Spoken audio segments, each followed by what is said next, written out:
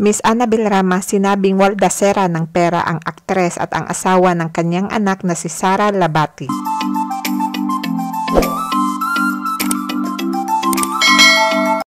Welcome to QD's channel, and for today's video, sa panayam ni Miss Annabel Rama sa interview ng reporter na si MJ Philippi tungkol sa di umano'y maggastos si Sara Labati, tahasan nitong sinabi na ang anak niya si Richard ay trabaho ng trabaho samantalang ang isa o si Sara ay nagwawaldas ng pera.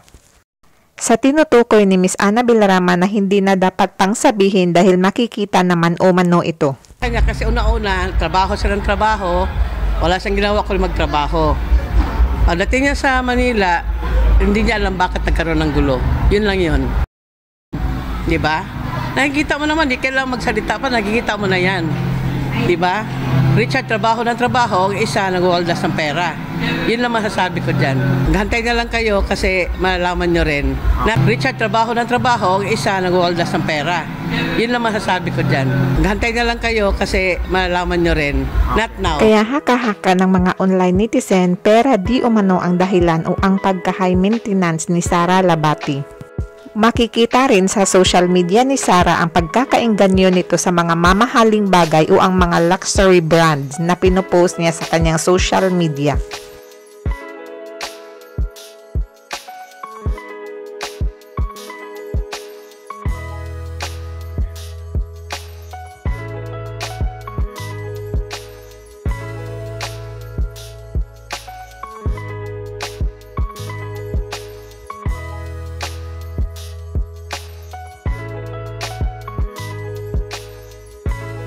Nag-post naman si Sara sa kanyang social media na tila hindi apektado sa mga sinasabi na patuloy ang pananahimik sa isyong hiwalayan nila ni Richard Gutierrez. Binahagi din ni Sara Labati sa kanyang social media na nag-trending siya sa Pilipinas. Dumalo din ito sa ginanap na video conference na kanyang pagbibidahan kasama si Kiko Estrada at iba pang artista sa TV5. May caption itong grateful. Bumuhos ang suporta ng mga followers niya sa comment section dahil sa kanyang pananahimik sa gitna ng isyong hiwalayan.